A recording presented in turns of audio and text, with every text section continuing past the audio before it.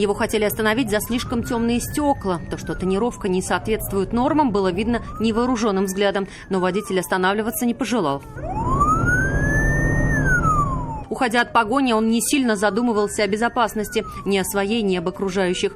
Его смогли заблокировать при выезде из города. Водитель «Лады» просто не справился с управлением и пришлось остановиться. Но сдаваться он не планировал. Двери заблокировал, жал на газ и готов был сорваться с места, что, впрочем, и сделал, едва не наехав на человека. Автоинспекторам не оставалось ничего другого, как открыть огонь по колесам.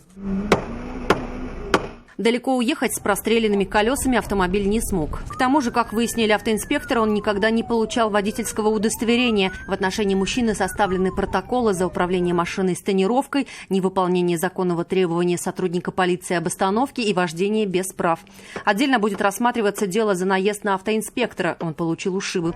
Материалы переданы следствию для принятия решения. Статья применения насилия в отношении представителей власти предусматривает до 5 лет лишения свободы. Юлия Гоголева, «Вызов 112».